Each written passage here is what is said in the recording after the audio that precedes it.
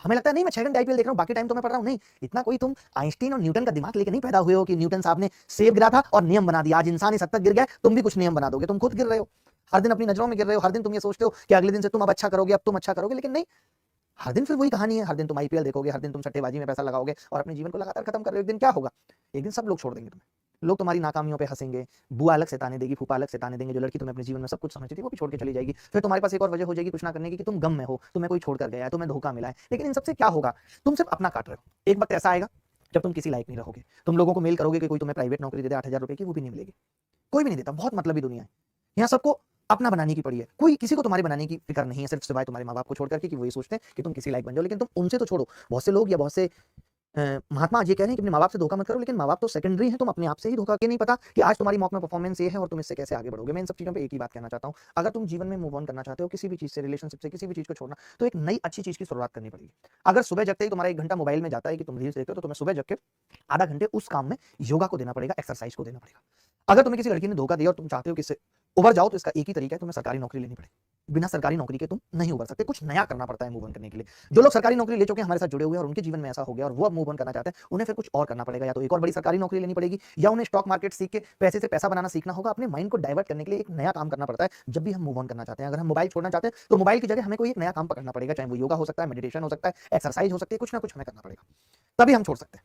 आज हम Instagram, YouTube reels, YouTube shorts के तले एकदम दब गए। और मैं आपको एक और चीज बताता हूं, आप खुद भी नोटिस करते होंगे कि जो यूट्यूब रील्स हैं उनमें 99% झूठ है, 1% सच्चाई है। सिर्फ और सिर्फ जिस चीज को आप मोटिवेशन देख के समझ रहे हो, अगर आप जानोगे तो पता चलेगा उसके पीछे की कहानी कुछ और है। जो उस रील्स पे लिखा हुआ है, जब आप उस पर क्लिक करोगे तो आप देखोगे लोगों ने सिर्फ अपीलिंग बातें इसलिए लिखी थी कि आप देखो, और आपके देखने में ही 30 सेकंड खराब हो जाएंगे। और ऐसे लाखों लोग 30 सेकंड खराब करते हैं। आप देखते होगे एक एक रील्स पे मिलियंस व्यू आते हैं। क्यों आते हैं? क्योंकि इससे पता चलता है कि हमारे देश का युवा कैसे समय खराब करना चाहता है। मैं तो खुद देखता हूं ना कि हमारे यूट्यूब चैनल्स की जो ऑडियंस है वो 18 से लेकर के 35 साल तक की है। वो युवा ही है सारा, जो कुछ अच्छा कर सकता है। लेकिन वो क्या करता है, जो हम अच्छी वीडियोज बनाते हैं, जो हम काम की वीडियोज बनाते हैं, वो कम लोग देखना पसंद करते हैं। लेकिन लोग कैसी वीडियो देखते हैं जो बिना मतलब की होती है, जिसमें कोई इमोशनल गाना लगा हुआ है। और इस 30 सेकंड करके आप सोचो, दिन भर में मैं ये देखता हूं कि 1000 रील्स तो आप आराम से देख रहे हो, इंस्टा और यूट्यूब की मिला के। 1000 गुणा 30 कर दूं तो 30,000, 30,000 को 60 से भाग करता हूं, कितना आएगा? 30,000 को 60 से भाग करने पे जीरो से जीरो कटेगी 500 मिनट। 500 मिनट को फिर अगर मैं 60 से भाग करूं तो लगभग 8 घंटे तो रील में खराब कर।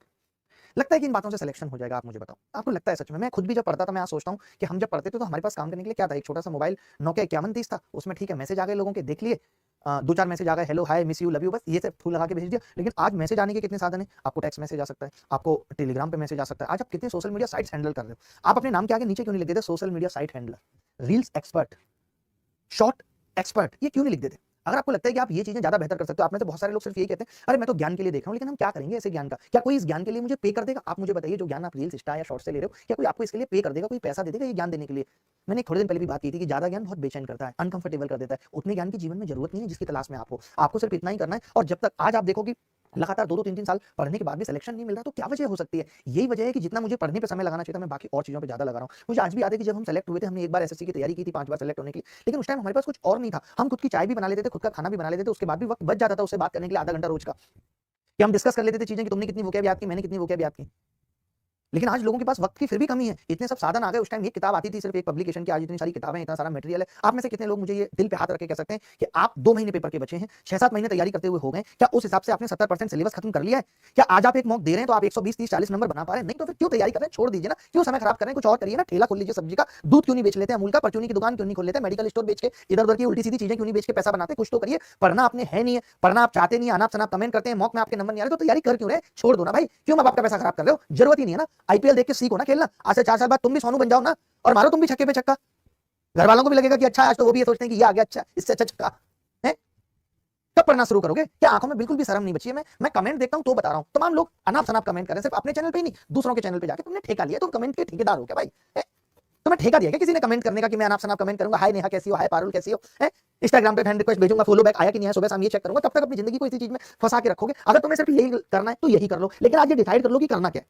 हमारा क्लियर था कि मैं सरकारी नौकरी नहीं करनी, पढ़ाना है। 12 से पढ़ाना चालू किया, 13, 14, 15, 16 कोई नहीं पहचानता था। फिर हिम्मत की, फिर 17 में दोबारा शुरू किया। और एक दिन ऐसा है कि हाँ, लोग जानने लगे कि हमें भी गणित आता है। एसएससी की गणित आना कोई बहुत बड़ी चीज भी नहीं है। खैर हमें गणित और भी आती है, बट अगर मैं एसएससी की बात करूं, आज लड़ाई एसएससी में भी बहुत कंटेंट की, तो एसएससी अगर गणित के क्षेत्र में देखें तो जस्ट नथिंग के बराबर गणित है। क्या है? 7वीं 8वीं 9वीं क्लास में टाइम एंड वर्क पढ़ते हैं, वो गणित आपसे नहीं हो पा रही। आप सोचो इतना छोटा सा एग्जाम नहीं निकाल पा रहे, आदत ही नहीं है मेहनत करने की। 70% लोग जो यहाँ पे देख रहे हैं अभी, उनमें से मैं गारंटी के साथ कह सकता हूँ कि सुबह जाके नहा नहीं सकते। तुम इतना आलस नहीं छोड़ सकते कि वॉशरूम में तुम घुसे हो पॉटी करने के लिए और उसके बाद तुम ब्रश करके नहा के बाहर निकलो। तुम्हारी इतनी हिम्मत नहीं, तुम करोगे क्या जीवन में? तुम्हें पता है नहाने से फ्रेशनेस आती है, जब तुम नहा के आओगे तो ठीक लगेगा, बाल खड़े होंगे, सुंदर तरीके से बैठे होगे। मैं भी एक क्लास लेने आता हूँ, मुंह हाथ धुलता हूँ, बाल सेट करता हूँ। इससे पहले मेरे बाल खराब थे, मुझे पता है यूट्यूब की क्लासेस लेनी है, मैंने बाल सेट किए, दाढ़ी सेट की, फ्रेशनेस फील होती है, पढ़ने का दिल करता है, पढ़ने का दिल करता है। तुम्हारा ये सब दिल कब करेगा? तुम्हारे रूम में तौलिया उधर बिखरी पड़ी है, किताबें इधर बिखरी पड़ी है, किताबों पे धूल लग रही है, तमाम किताबें इकट्ठी कर ली है, वोकैब की भी ब्लैक बुक लाके रखी है, पढ़ा कितना परसेंट है, पढ़ते कितना हो, मॉक देने के बाद एनालिसिस कितनी देर किया है, कब करोगे भाई? ये सब छोड़ दो। अगर ये सब नहीं कर सकते तो पढ़ाई छोड़ दो, यूट्यूब पे आना छोड़ दो। हमारे भी चैनल से लेकर के सबके चैनल को अनसब्सक्राइब करके कहीं कुछ अमरूद रख के टोकरी में गांव में रेडी लगाओ, बेचो।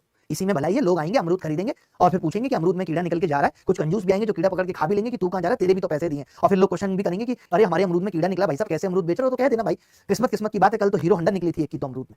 यही सब करना जीवन में। अगर यही सब करना है तो करो। यहाँ पे वही लोग आए जो सिर्फ पढ़ाएं। मैं चाहता हूं कि मैं सिर्फ 100 लोगों को पढ़ाऊं, मुझे कोई बहुत चाहत नहीं है। मैं 100 करके 8-10 हजार लोगों को अपने YouTube चैनल पे पढ़ा लूंगा, 10,000 लोग 10,000 व्यू आ जाएंगे, मैं उतने में खुश हूं। 10,000 ही वैकेंसी, मुझे उससे ज्यादा लोगों को पढ़ाना भी नहीं है। मुझे इल्जाम अपने ऊपर नहीं लेना कि मैं इतने सारे लोगों को पढ़ाता था, सेलेक्ट कोई भी नहीं हो रहा, क्योंकि कोई पढ़ना ही नहीं चाहता। सबको मजे चाहिए जीवन में। अगर भैया अच्छा जीवन बनाना है तो ये जो अभी मिलने वाले मजे, इनको छोड़ना पड़ेगा, हर चीज को लिमिट में लेना पड़ेगा। आपको मजे ज्यादा चाहिए, कल कोई मूवी रिलीज हो रही है तो वो पहला शो देखना। अरे किसको अच्छा नहीं लगता मूवी का पहला शो देखना? किसको अच्छा नहीं लगता लड़की के हाथ में हाथ डाल के बगल में घूमना, पार्क में बैठना? किसको अच्छा नहीं लगता? जिनको अच्छा लग रहा है थोड़े दिन बाद ये भी लगना बंद हो जाएगा। लड़की किसी बैंक लड़के के साथ शादी कर लेगी, आप रोते रह जाओगे, अरे यार उसने धोखा दे दिया, क्योंकि तुम लायक थे उसके, तुम अपने आप को उसके लायक बना नहीं पाए, इसलिए छोड़ दिया उसने तुमको। तो मेरी हाथ जोड़ के रिक्वेस्ट है, इससे ज्यादा बेइज्जती करने की मेरी और हिम्मत नहीं है। मैं आज की क्लास की शुरुआत करता हूँ और नॉर्मल मोड में आता हूँ।